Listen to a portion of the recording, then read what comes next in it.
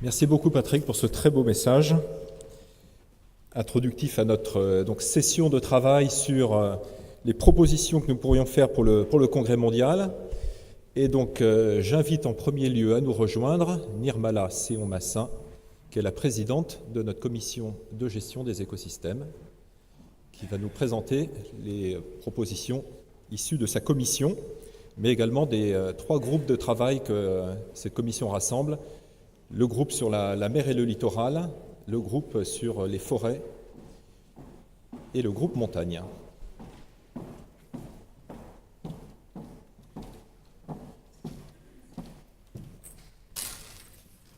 Bien, bonjour à tous, merci Sébastien pour ton accueil. J'ai donc le plaisir et l'honneur d'ouvrir cette première session sur nos perspectives de travail. Alors peut-être en préambule plusieurs choses.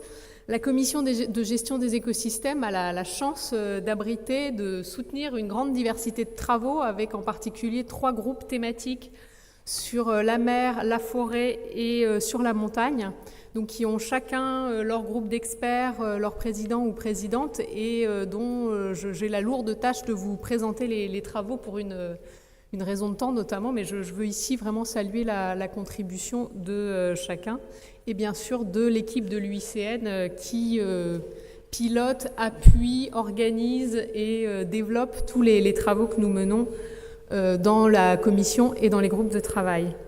Il faut voir aussi bien entendu qu'on est là pour échanger, donc les propositions que je porte devant vous sont encore à débattre, tant pour définir vraiment les contours des différents thèmes que pour voir la façon de les porter au congrès international. Je ne vais pas revenir sur tout ce que Sébastien vous a expliqué, les motions, les cafés des connaissances, etc. Mais voilà, ça fait partie des travaux que nous aurons à mener collectivement d'ici 2019. Alors, peut-être, ça c'est à moi de... D'accord, hop, comme ça là. Ah. Alors donc d'abord, il y a les thématiques transversales qui sont portées par l'ensemble de la commission. Les solutions fondées sur la nature. Alors j'en profite pour une petite minute de publicité pour ce nouveau rapport qui vient de sortir. Si vous ne connaissez pas les solutions fondées sur la nature, c'est l'occasion de les découvrir. Et si vous les connaissez, c'est l'occasion de les faire découvrir aux gens qui ne les connaissent pas. Voilà, donc les solutions fondées sur la nature ont déjà fait l'objet de travaux au précédent congrès mondial. Ce serait probablement plutôt la façon de les aborder serait plutôt au travers d'ateliers de travail a priori. Ça marche, oui. Ah, voilà.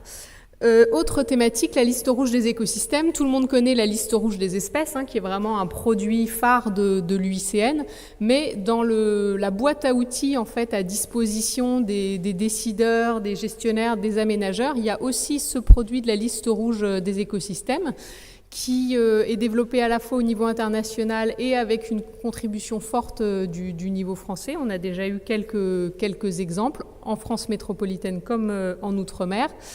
Et donc l'idée, c'est de travailler collectivement pour faire monter cet outil au service de la planification, de l'identification des zones à fort enjeu de biodiversité dans les territoires. Et enfin, énergie renouvelable et biodiversité. Donc il y a eu là aussi de nombreux travaux menés au sein de l'UICN et ailleurs. On peut penser à la FRB qui est dans ses locaux, a également traité de ce sujet. Voilà, comment concilier le développement de ces énergies renouvelables en mer et à terre avec la préservation de la biodiversité.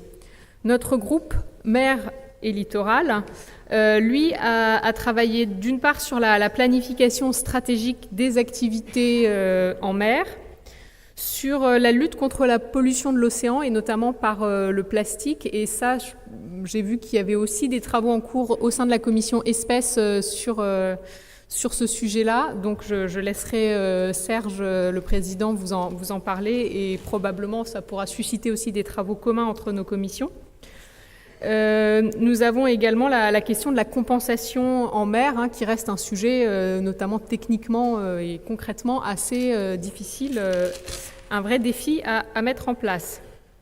Pour le groupe forêt, Les pathogènes envahissants en forêt, comme la chalarose du frêne, comme la cochenille du pin maritime, par exemple, constituent une menace croissante pour ces écosystèmes, qui sont par nature des écosystèmes qui sont longs à s'adapter, avec une inertie importante. Donc là aussi, une vigilance importante a été pointé par notre groupe forêt sur ce sujet. Peut-être un travail là aussi avec la commission espèces et en particulier son groupe de travail sur les espèces exotiques envahissantes pourrait être intéressant en préparation probablement d'une motion. La conservation des ressources génétiques forestières, c'est un sujet qui a déjà été porté au précédent congrès où il a connu un certain succès et donc il nous paraît important de maintenir cette dynamique et pourquoi pas de l'élargir à d'autres écosystèmes que la forêt. Et enfin, le groupe montagne s'est principalement intéressé à la protection des cours d'eau de tête de bassin. Alors ça paraît un peu technique comme ça, mais il faut voir que ce sont des écosystèmes très particuliers et fragiles qui sont sujets à de nombreuses pressions, à la fois des aménagements touristiques, en particulier des stations de ski avec des problèmes d'approvisionnement en eau pour les canons à neige dont l'usage peut devenir de plus en plus fréquent avec le réchauffement climatique. Mais aussi, on revient à notre question des énergies renouvelables et de la biodiversité, le développement de l'hydroélectricité qui peut, dans certains cas, avoir des impacts très importants sur ces écosystèmes. Et voilà pour la commission gestion des écosystèmes.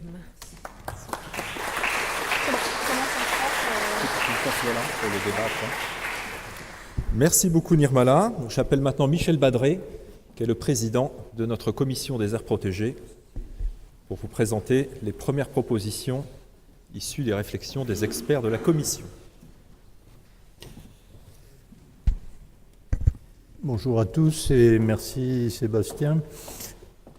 Donc la commission des aires protégées a aussi, comme Nirmala vient de le dire pour sa commission à elle, a aussi 4 groupes de travail spécialisés dont plusieurs membres sont dans la salle aujourd'hui. Donc un qui réfléchit aux conséquences du changement climatique sur les aires protégées, un sur le patrimoine mondial, donc qui est spécialisé dans les propositions et l'évaluation des sites qui y contribuent, un sur la liste verte, Jean-Philippe Siblet est là, il pourrait en parler bien mieux que moi, et un sur la wilderness, comme on dit en bon français, ou la libre évolution et toutes les réflexions qui tournent autour. Mon propos a été introduit tout à l'heure par le représentant de la ville de Marseille qui nous a parlé du parc des Calanques et de sa proximité avec la ville. Et dans notre groupe, en réfléchissant aux travaux qu'on pourrait engager sur le congrès 2020, on est parti d'une réflexion qu'on avait dans le groupe concernant l'articulation ou la compatibilité entre les activités humaines et les objectifs de conservation de la biodiversité qu'on avait dans les aires protégées. On est typiquement dans l'exemple du parc des Calanques, on a un exemple magnifique, et on a eu dans la commission une réflexion interne assez franco-française à ce stade, en disant en France on a des parcs nationaux, et certains d'entre eux, les Calanques, mais d'autres aussi, la Réunion ou le parc des Cévennes, pour en prendre un ancien, sont confrontés à ce type de questions depuis le début, et plutôt que de la poser en termes de concurrence, ou de conflit, ou de construction de compromis, en disant on va faire rentrer au chausse-pied des objectifs de préservation et puis des activités humaines qui sont là, on s'est dit que si on veut que la biodiversité soit un sujet approprié par tous nos concitoyens, eh bien, il faut se dire que c'est normal et que c'est plutôt une bonne chose qu'il y ait beaucoup d'activités humaines dans des aires protégées. Donc on n'est pas du tout en position de juger ou de voir ce qui est bien ou ce qui n'est pas bien. On est en position de dire comment on fait pour avoir des aires protégées, des objectifs de protection et puis en même temps l'humanité qui est là. Et on ne va pas la chasser. Si on ne fait des aires protégées que dans les déserts, on ne va pas aller très loin. Donc c'est ça la réflexion qu'on a engagée. Et pour changer d'échelle et passer au congrès 2020, on s'est dit que notre proposition était de ne pas se limiter aux parcs nationaux concept français, ni au territoire français, mais que bien d'autres gens dans bien d'autres pays. On a eu dans notre commission une présentation du parc national périurbain de la ville du Cap en Afrique du Sud, qui était tout à fait intéressante et qui montrait qu'on était confronté au même type de questions, même si le contexte est évidemment radicalement différent. Donc ça, c'est notre première proposition, c'est de mener d'ici à 2020 une réflexion de fond sur la compatibilité ou la cohérence entre ces activités humaines et les objectifs de préservation qu'on peut avoir dans les aires protégées. Deuxième sujet, là aussi il est archi-classique parmi nous tous depuis pas mal de temps maintenant. Le changement climatique conduit à s'interroger sur les mesures d'adaptation qu'il va falloir prendre. On a progressivement défini un peu mieux, où on travaille sur ce qu'est une stratégie de gestion adaptative. Et ce qu'on s'est dit, là aussi, excusez-moi, c'est pas une idée d'une originalité bouleversante, c'est que les aires protégées pouvaient constituer un laboratoire en vraie grandeur sur ces mesures de gestion adaptative et sur la façon dont on pouvait utiliser les réflexions menées dans les aires protégées pour les étendre en dehors de leur périmètre et les utiliser ailleurs. Donc la deuxième proposition de notre groupe et de voir comment cette réflexion menée à l'intérieur du réseau des aires protégées pourra être développée et utilisée beaucoup plus largement. Troisième proposition, elle concerne le développement donc d'un réseau, on a appelé ça d'un réseau représentatif et cohérent de zones de protection forte, concernant aussi bien les aires protégées marines que les aires protégées terrestres. Là aussi, on est parti d'une réaction qu'un certain nombre de gens ont, et moi j'en fais partie, qui est de dire que d'avoir des objectifs en surface, savoir qu'on va atteindre 12% ou 17% ou 10% du territoire qu'on va classer en aires protégées, marines ou terrestres, c'est bien. On a tous connu ça dans différents domaines. On se dit que faire du chiffre, on y arrive toujours, au besoin en trichant un peu. Mais que ce qui est beaucoup plus important, c'est de savoir ce qu'on met derrière ces chiffres. Donc avoir des pratiques de gestion qui soient solides, dont on sache ce qu'elles recouvrent. Pardon, il faudra appuyer là-dessus. Voilà. Merci, Monsieur le Président, de ce rappel au règlement. Donc avoir des pratiques solides qu'on met derrière.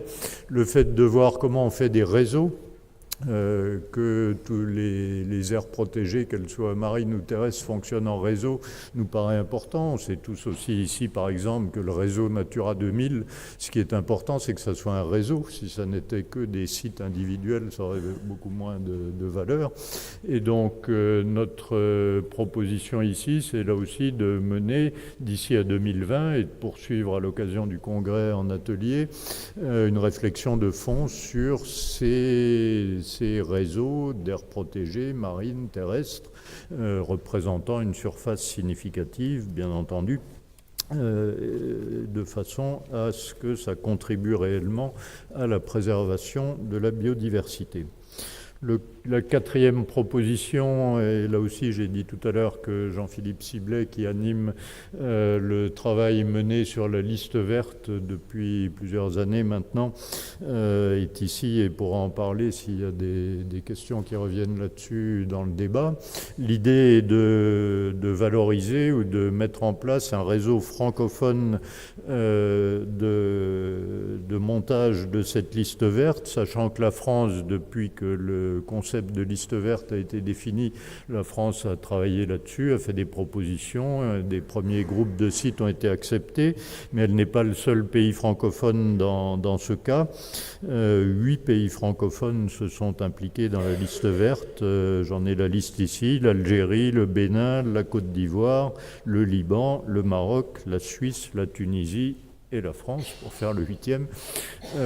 Et donc l'idée est de voir comment les différents experts travaillant sur ce sujet dans ces 8 pays peuvent échanger leurs bonnes pratiques, échanger leurs idées et être donc plus actifs et plus constructifs sur ce sujet en travaillant ensemble qu'en le faisant chacun de leur côté. Voilà donc les propositions auxquelles la Commission des aires protégées est arrivée à ce stade. Nous serons très heureux dans le débat tout à l'heure d'enrichir ces propositions s'il y a des idées venues de la salle pour pouvoir aller plus loin avec vous.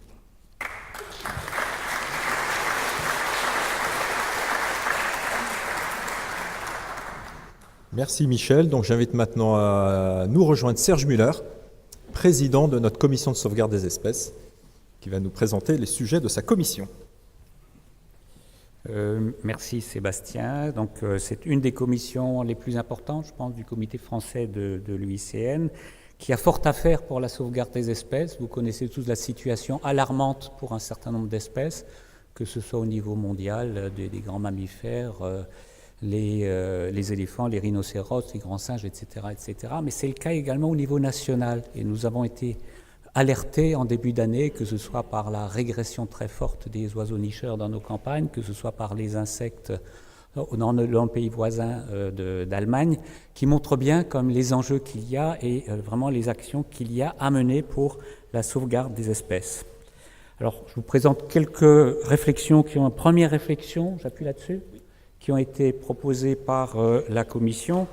La première est relative alors aux listes rouges, ça a déjà été évoqué par Nirmala, qui disait que c'est un peu le fonds de commerce de l'UICN, c'est un produit phare, hein, si j'ai bien retenu l'expression, puisque l'UICN communique beaucoup là-dessus. C'est un outil et c'est un indicateur qui est très important au niveau international pour évaluer l'état de la biodiversité au niveau des espèces. C'est un outil aussi qui a été beaucoup développé par le comité français de l'UICN, puisque il y a de nombreux travaux d'évaluation des listes rouges qui sont menés en partenariat avec le Muséum national d'histoire naturelle, avec d'autres acteurs aussi, l'Agence française pour la biodiversité maintenant, et de nombreuses associations et groupes d'experts qui sont nécessaires pour la réalisation de ce travail, qu'il faut évidemment poursuivre au cours des prochaines années, en tant qu'outil, mais également en tant afin d'orienter les politiques de conservation. En France, la révision des listes d'espèces protégées, qui est nécessaire pour tous les groupes actuellement, est fondée sur l'élaboration de ces listes d'espèces menacées sur cet outil d'indicateur. Un deuxième sujet concerne les mammifères marins, qui sont aussi alors des espèces qui sont très fortement menacées, ce qui fait la liaison, qui sont liées au milieu marin. Vous connaissez tous la responsabilité de la France, qui, grâce à l'outre-mer, est présente sur tous les océans, ça a été rappelé tout à l'heure, la zone économique exclusive, la deuxième la plus importante au monde, avec 10 millions de kilomètres carrés. Un certain nombre d'outils ont déjà été développés, des espaces ont été définis, des protections des mammifères ont été mises en place, mais tout cela avec une efficacité très relative, et donc ça nécessite d'être conforté au niveau international. Et je pense que la France a une grande responsabilité dans ce domaine qu'elle doit donc assumer et pour laquelle elle doit être pilote, que ce soit sur la Méditerranée, sur la Caraïbe, sur l'océan Indien, sur le Pacifique, enfin bref, sur tous les océans. Ça a été évoqué en liaison aussi avec cette sauvegarde des mammifères marins, parce qu'ils sont directement menacés.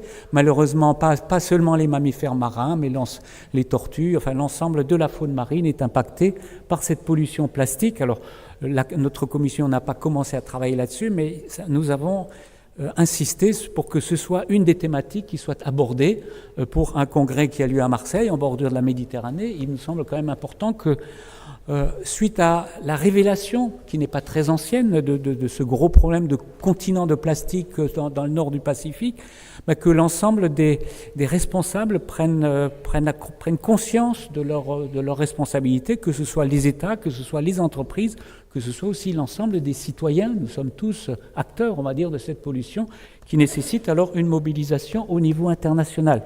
Et l'UICN peut jouer un rôle important, nous semble-t-il, dans ce domaine pour faire un constat et pour proposer un certain nombre d'actions à l'ensemble des parties prenantes.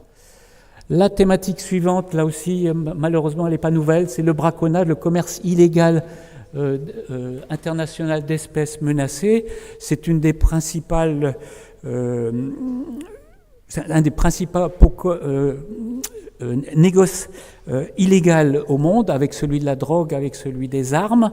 Bon, j'ai regardé quelques chiffres, ça se chiffre en milliards d'euros au niveau des budgets, ça se chiffre en millions d'individus au niveau des espèces, que ce soit des tortues, que ce soit des poissons, que ce soit d'autres espèces.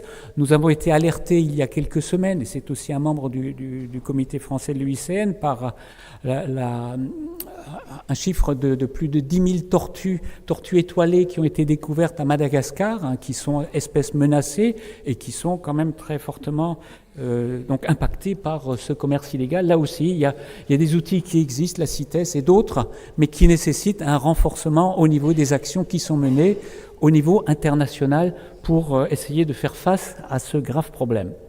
Je termine par les espèces exotiques envahissantes. Nous avons un groupe de travail de la Commission qui fonctionne sur ce sujet. C'est une des principales causes d'érosion de la biodiversité, deuxième ou troisième, comme vous voulez, principalement dans les îles tropicales. L'UICN est très fortement impliqué sur cette thématique au niveau mondial. Il en est de même au niveau du comité français, puisqu'il y a une initiative de l'UICN sur les espèces exotiques envahissantes dans l'outre-mer, puisque c'est là où il y a les plus gros enjeux. L'UICN est également impliqué au niveau des milieux aquatiques. Il y a eu l'organisation des assises nationales en 2014. L'UICN a participé à l'élaboration de la stratégie nationale qui est en cours de mise en œuvre et qui nécessite là encore une mobilisation au niveau national ainsi qu'au niveau international. Alors évidemment, tout cela se fait en liaison avec les autres commissions et groupes de travail de l'UICN. Vous voyez bien, les espèces sont dans les écosystèmes, on ne peut pas protéger les espèces sans les écosystèmes, mais il y a tout de même une attention particulière au niveau que ce soit de la réglementation et d'actions spécifiques de préservation à mettre en œuvre pour les espèces. Voilà. Sébastien Mabille, qui est le président de notre commission du droit et des politiques environnementales. Merci Sébastien, bonjour à tous. Donc, je vais présenter les propositions de la Commission et j'ai le plaisir de présenter aussi celles du groupe de travail collectivité et biodiversité. Donc je vais scinder les propositions de la Commission autour de deux axes. Prévenir d'abord, qui relève essentiellement de la compétence du juge administratif et ensuite réparer les atteintes à l'environnement. Donc en matière de prévention, donc un certain nombre de propositions, notamment en matière d'éducation, toujours éduquer, toujours sensibiliser les acteurs aux droits de l'environnement dans une logique préventive. Également une proposition de travailler, de réfléchir sur le statut fiscal de la biodiversité et la fiscalité de la biodiversité. Pour prendre un parallèle, en matière de patrimoine culturel, on a un certain nombre de dispositifs fiscaux incitatifs, à la fois au niveau national, mais également au niveau international, qui manquent au niveau de la biodiversité, puisque la plupart des traités internationaux qui sont relatifs à la nature ne traitent pas de ces questions de fiscalité qui peuvent être des outils incitatifs et préventifs importants. Ensuite, une proposition du Centre de droit de l'environnement de l'Université de Limoges, qui est également membre du comité français de l'UICN et dont ses membres participent au travail de la commission, celle d'un projet de convention universelle sur le droit des études d'impact. Vous connaissez l'importance de ces études qui permettent de mettre en œuvre le principe d'action préventive, qui est un principe cardinal du droit de l'environnement, et donc d'avoir un texte international qui unifie la manière dont on réalise les études d'impact et dont on communique également avec le public et les personnes susceptibles d'être affectées par les projets. Et également un nouveau principe, le principe de négociation écologique, qui vise également, dans le cadre des études d'impact, mais pas uniquement, à rééquilibrer le rapport de force entre les différents acteurs, les porteurs de projets et la biodiversité et ceux qui tentent de la préserver. Et c'est notamment à travers ce principe de négociation écologique, Patrick Blandin, qu'on pourrait aussi intégrer évidemment des dimensions éthiques importantes. Ensuite, l'encadrement des produits phytosanitaires. Donc là, l'idée, c'est un petit peu de généraliser cette loi qui avait été votée à l'initiative du sénateur Joël Labbé, qui participe aux travaux de la Commission, qui a interdit l'usage des produits phytosanitaires dans les jardins des particuliers et dans les parcs et jardins des collectivités, et donc de généraliser cette initiative au niveau international qui constituerait un premier pas vers, évidemment, le zéro phyto universel que nous souhaitons tous. Ensuite, continuer aussi les travaux sur les principes fondateurs du droit de l'environnement qui figurent dans les constitutions des pays et les chartes, et évidemment continuer à soutenir le projet de pacte mondial pour l'environnement qui à l'origine était une initiative de la Commission mondiale du droit de l'environnement de l'UICN, qui a été depuis porté par d'autres, et notamment par Laurent Fabius, auquel je rends hommage ici, et par la diplomatie française qui tente depuis un an de le porter et de le soutenir à travers le monde, et c'est un projet qui avance plutôt bien. Deuxième partie, réparer les atteintes à l'environnement, puisqu'hélas la prévention ne suffit pas toujours, et on connaît l'ampleur du désastre écologique auquel on doit faire face. Donc travailler sur la question de la responsabilité civile et environnementale au niveau international. Nous avons des règles unifiées en matière d'activités dangereuses. Je pense au transport maritime, je pense à la responsabilité civile nucléaire, je pense au transport aérien. En matière de responsabilité civile et environnementale, et notamment de pollution diffuse, nous avons encore des difficultés pour pouvoir mettre pleinement en œuvre le principe de pollueur-payeur et faire peser sur le responsable du dommage écologique les coûts de sa réparation. Également, toujours dans la même ligne, la question de la justice climatique qui prend de plus en plus d'importance au niveau international avec des décisions originales, nouvelles. Les juges s'emparent de cette question du changement climatique, saisis soit par des associations d'enfants, je pense, ou de jeunes, je pense au procès Urgenda aux Pays-Bas, je pense à Our Children Trust aux États-Unis, à ce fermier pakistanais qui a fait évoluer la politique climatique du Pakistan par une action qu'il a portée devant la cour de Lahore, ou encore par les procès climatiques qui ont été engagés récemment par les villes d'Auckland, de San Francisco ou de New York aux États-Unis. Donc c'est vraiment une problématique mondiale, à savoir comment est-ce qu'on fait supporter les coûts d'adaptation au changement climatique. Et toujours dans les mêmes lignées, c'est de ces concepts émergents, la question des droits de la nature, c'est-à-dire est-ce que la nature doit rester une res nullius, c'est-à-dire une chose nulle, ou est-ce qu'on doit lui conférer des droits spécifiques, des droits à être restaurés, des droits à être protégés. Dans ce cas-là, quels outils juridiques on utilise? Le législateur est intervenu à cette fin en Nouvelle-Zélande, en conférant des droits à un fleuve. Récemment, c'est la Cour suprême de Colombie qui a considéré que l'Amazonie colombienne avait des droits en tant que telle et avait un droit à être protégée en tant que forêt. Et donc réfléchir également sur cette notion de droit de la nature ou de droit à la nature. Et enfin, les propositions du groupe de travail collectivité et biodiversité, donc là, sur l'intégration des collectivités locales dans la gouvernance de l'UICN. Vous avez compris, je ne parle pas ici du comité français de l'UICN, puisque les collectivités sont pleinement investies dans cette gouvernance, mais je parle de l'UICN international, pour lequel elles ne sont pas encore, ou elles ne peuvent pas encore figurer parmi les membres. Et enfin, la question du financement et des moyens qui sont accordés aux collectivités pour protéger la biodiversité, ces collectivités qui sont en première ligne, qui ont de plus en plus de missions, notamment en France, les régions qui deviennent chefs de file pour la biodiversité. On a eu l'exemple de la ville de Marseille et de son engagement. Il faut également donner des moyens financiers, juridiques aux collectivités pour qu'elles puissent mener à bien leur mission et participer pleinement à la protection de la biodiversité. Je vous remercie. Co-président de notre commission sur l'éducation et la communication, à venir présenter des premières propositions issues de la réflexion des experts.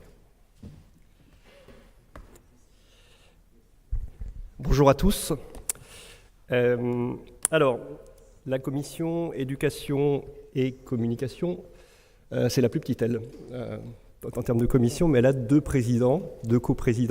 Donc je vais parler en mon nom et aussi au nom de Patrick Falcon, le directeur général adjoint de l'ONF. Alors avant de dérouler les points qui sont prévus, je voulais reposer un peu le contexte du rôle de la commission et rappeler, Sébastien l'a fait ce matin, que le comité français était là pour faciliter et coordonner les actions de ses membres pour le Congrès mondial. Donc on est bien dans une préparation collective. Et à ce stade, les experts de la CEC ont fait l'objet de quelques propositions d'actions, mais il me paraît important de remettre un peu dans le contexte de cette mobilisation, de reposer des objectifs et de se poser un certain nombre de questions. Donc à ce stade, ce ne seront pas des propositions que nous vous faisons, mais plutôt des questions que nous vous posons afin d'établir dans les 2 années qui viennent, avec un point d'étape en 2019, le plan d'action qui nous mènera vers 2020 et au-delà. Alors, développer la mobilisation citoyenne, plusieurs voix ont abordé ce sujet à tous les niveaux. Donc, la question de cette mobilisation pose la question de la place de la CEC dans ce rôle de mobilisateur, aux côtés de l'AFB, aux côtés du ministère, aux côtés de la ville de Marseille et de tous les acteurs et de tous les membres du l'UICN.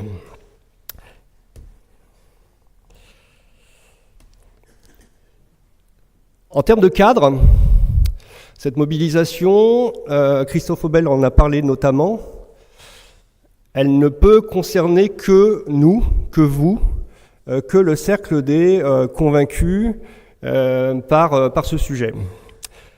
Alors Christophe Aubel a parlé d'emmener des acteurs de l'éducation populaire, des acteurs œuvrant dans le social. La CEC pose aussi la question d'aller vers des approches qui sont au-delà de la nature, au-delà de l'expertise naturaliste, de l'expérience de la nature, vers des approches culturelles.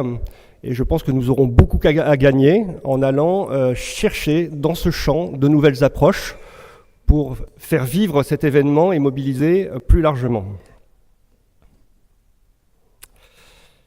Cette mobilisation, elle s'inscrit dans le cadre de Marseille 2020, si vous permettez cette appellation, et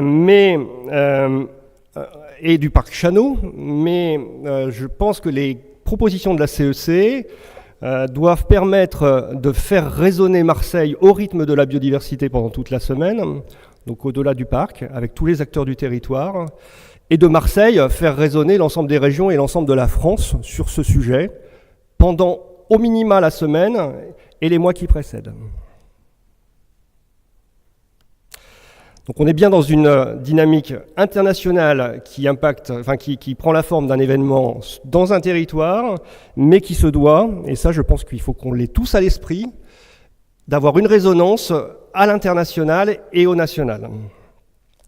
Alors, de façon plus concrète, les propositions qui sont arrivées par l'appel à idées qu'a fait passer Florence Clapp, qui met en application le programme de la CEC pour le comité français, nous dit une priorité donnée aux jeunes 11-25 ans, c'est très précis, à travers notamment les réseaux de l'éducation primaire, universitaire. Mais la question posée, c'est les autres. Donc, les jeunes sont-ils une priorité? Y a-t-il d'autres priorités? Je vous laisse la question. Des actions nous ont été proposées. Je vous citerai quelques exemples, mais ce sont des actions qui, pour la plupart, sont individuelles, pour certaines collectives. Donc la question, c'est que doit porter la CEC? Des actions collectives portées par chacun, des actions individuelles, les actions individuelles de chacun, avec un rôle de coordination, de rassemblement, d'appui, d'aide, ou des actions, une action collective choisie par vous et dans lequel tout le monde se mobilisera, ou les deux. Quel type d'action la Commission doit-elle favoriser ou en tout cas soutenir en priorité? Avant, pendant, après le Congrès? Là aussi la question est posée. Alors les premières idées d'action, je ne vais pas en faire un inventaire exhaustif. Beaucoup d'actions proposées sont des actions qui pourront prendre place dans les espaces Génération Nature et sont surtout des actions pendant le congrès lui-même, avec l'idée de jeux de pistes, d'inventaire éclair, d'activités plutôt ludiques. Donc il y aura un travail de programmation et de coordination de programmation à faire. Et puis des actions plus emblématiques. Il y a notamment un exemple de voilier mobilisé pendant 1 an avant le congrès, qui pourrait être un des emblèmes de la France et arriver à Marseille à ce moment-là. Cette boîte à idées, cette liste d'actions, il faudra l'enrichir rapidement pour pouvoir aller chercher les priorités, puisque c'est bien le sujet de l'intervention. Pour finir, la question reste posée, et je pense qu'elle ne trouvera réponse qu'à partir du moment où on aura répondu aux questions précédentes. C'est quel rôle pour la CEC et ses experts? Est-ce qu'ils seront amenés à accompagner, à produire, ou les deux? Je vous remercie.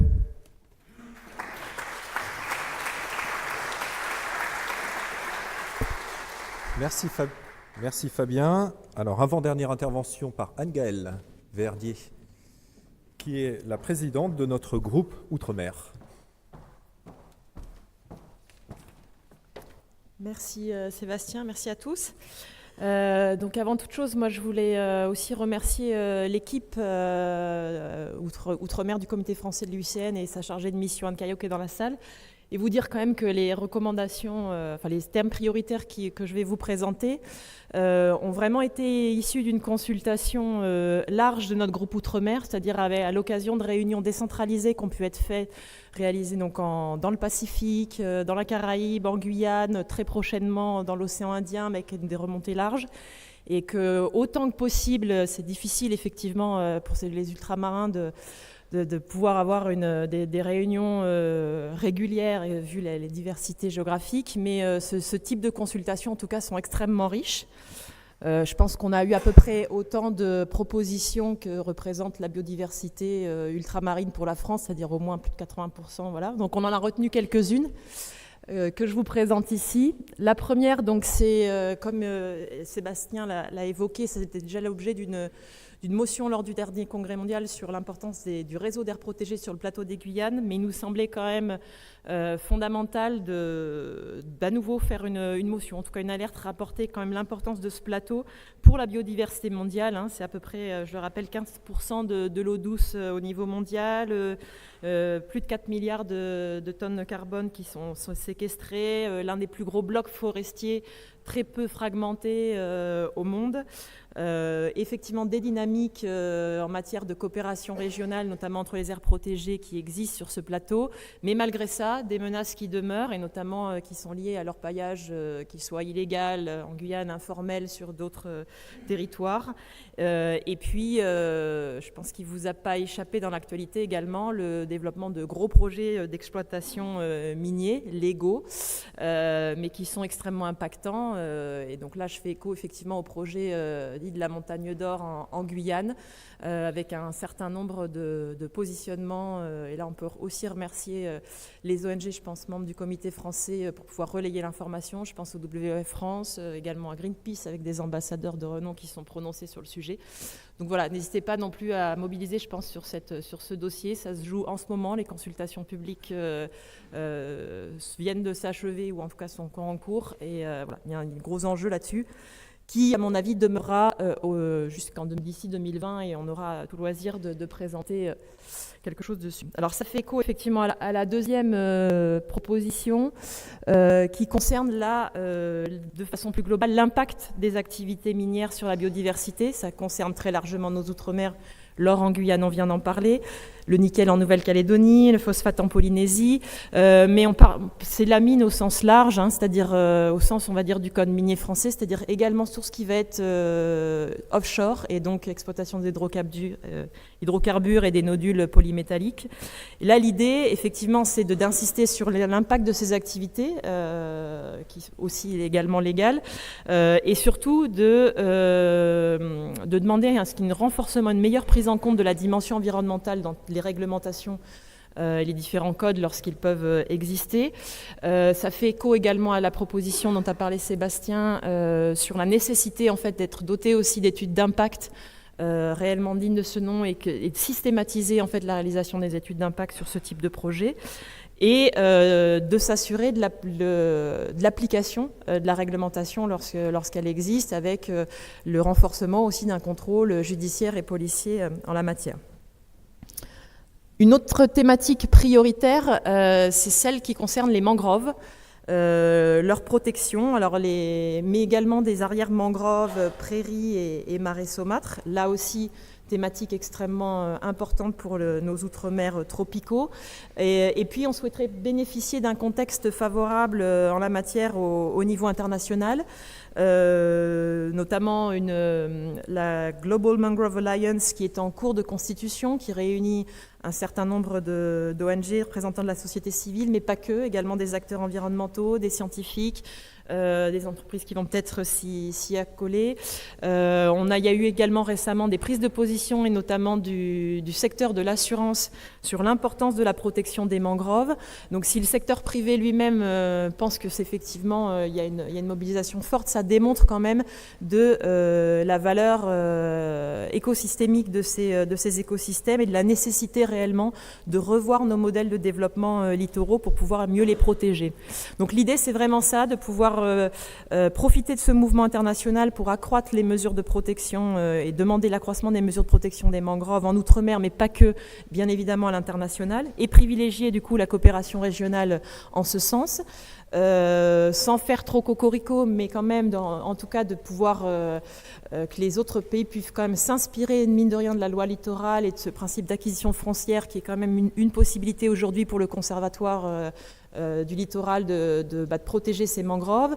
Rappelez aussi que la loi biodiversité a fixé un objectif chiffré également d'ici 2020 de 55 000 hectares de mangroves à protéger. Et puis surtout ne pas oublier, donc ce qu'on disait, les arrières mangroves, les prairies et les marais saumâtres, qui font l'objet de moins d'attention, mais qui pour autant sont sous pression du fait d'une urbanisation relativement galopante, que ce soit en amont et en aval, avec l'aspect montée des eaux.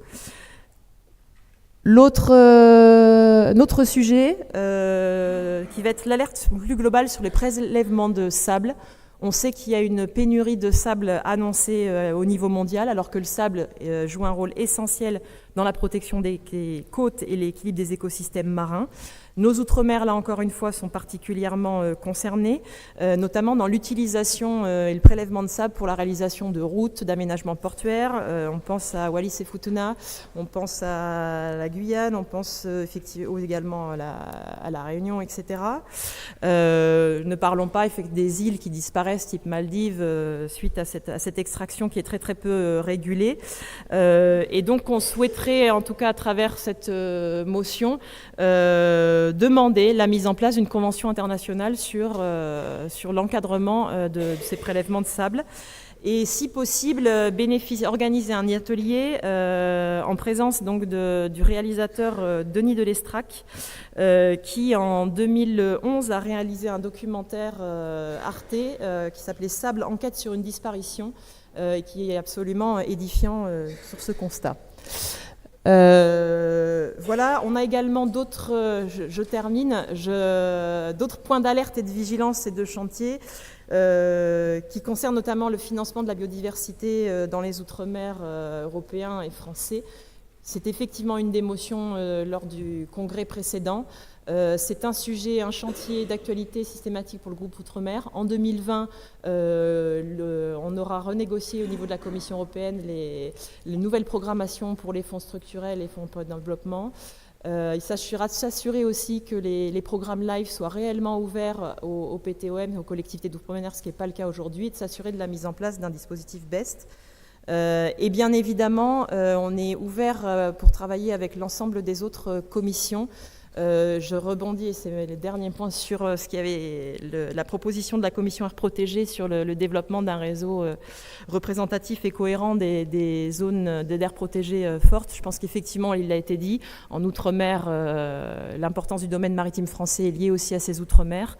Et au-delà de l'importance de la gestion de ces aires marines protégées, je pense qu'on a aussi apporté une demande qui est forte, qui est aussi le renforcement des zones en protection intégrale ou renforcée, les zones de no-tech en bon français, et renforcer ce point au sein des aires protégées. Merci de m'avoir écouté. Merci. Et donc, dernière présentation avant nos échanges par Valérie Collin. Où es-tu, Valérie? C'est Sébastien? D'accord, Sébastien.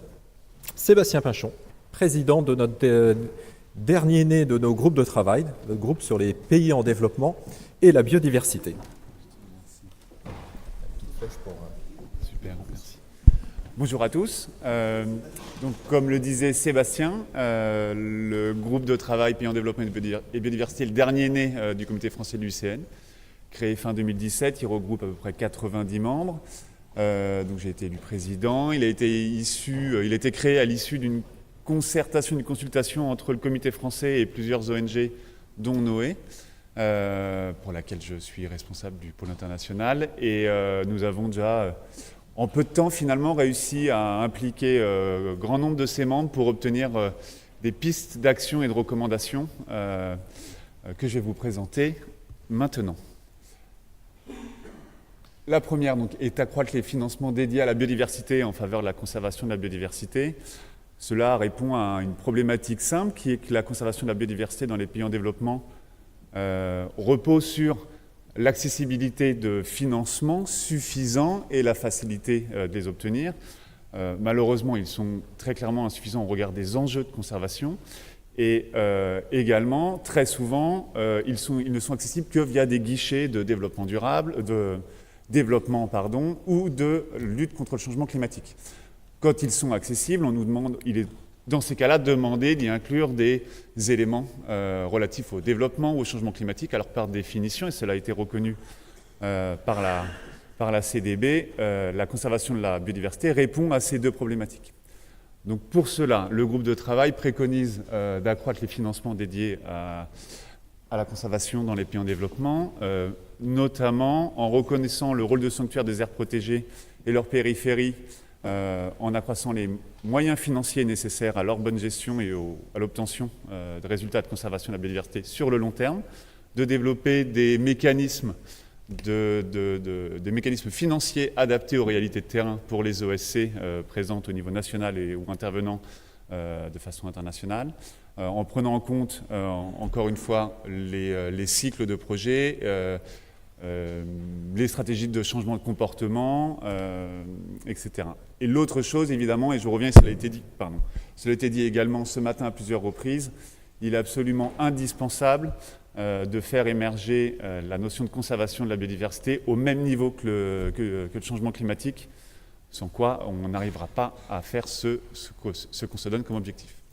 Le deuxième point, la deuxième proposition est améliorer la reconnaissance et la professionnalisation des gestionnaires de la nature. Cela part du constat qu'il y a un manque flagrant d'offres et de formation et de reconnaissance des compétences liées à ces métiers dans les pays en développement. Il y a des initiatives qui existent, tout un tas de questions se posent par rapport à ces manques. Comment faire en sorte que le processus de professionnalisation s'accompagne de normes et de compétences? Comment s'assurer que les formations existantes répondent aux besoins des professionnels? Comment développer des parcours professionnels cohérents? Donc il y a 3 pistes d'action qui ont été notamment envisagées à travers cette recommandation. Créer des systèmes de certification, développer des filières professionnelles et également développer un réseau mettant en lien les responsables des formations et les gestionnaires de la nature et de la biodiversité. Le troisième point et la troisième idée est promouvoir le wildwatching durable comme outil au service de la conservation. Cela a été évoqué également ce matin. Les activités anthropiques au sein des aires protégées, leurs impacts, leurs bénéfices, tout ça est extrêmement important. Et pour pouvoir promouvoir cette activité, il faut notamment être en capacité de mesurer ces impacts au niveau global, international, mais également plus spécifiquement peut-être pouvoir valoriser du visitorat national au détriment du visitorat international, ou en tout cas au niveau quantitatif. Tout ça sont des réflexions qui ont été portées, avec pourquoi pas la création du coup d'un, excusez-moi je m'y perds, d'un observatoire international du wildlife watching des grands mammifères et promouvoir le visitorat comme national, comme je vous le disais. Le quatrième point est renforcer les mesures de protection en faveur des grands singes. Alors, tout ça s'inscrit dans un contexte d'une lettre notamment co-signée par le comité français le 8 avril dernier, adressée au président de la République sur l'importance de préserver nos cousins, puisque pour rappel, on partage plus de 98% d'ADN avec eux. Toutes les espèces de grands singes sont menacées d'extinction, toutes sont inscrites sur la liste rouge de l'UICN. Elles sont toutes menacées par la fragmentation ou la destruction de leur habitat et par le braconnage.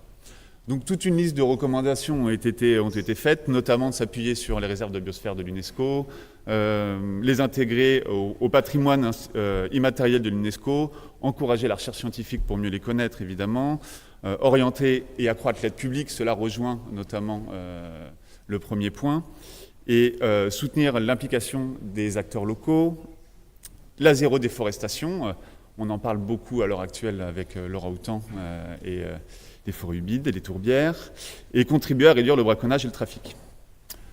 Ce sont les 4 grands autres points. Comme vous avez pu le voir, il y a beaucoup de liens avec les autres groupes de travail et commissions. Débattons-en. Je vous remercie.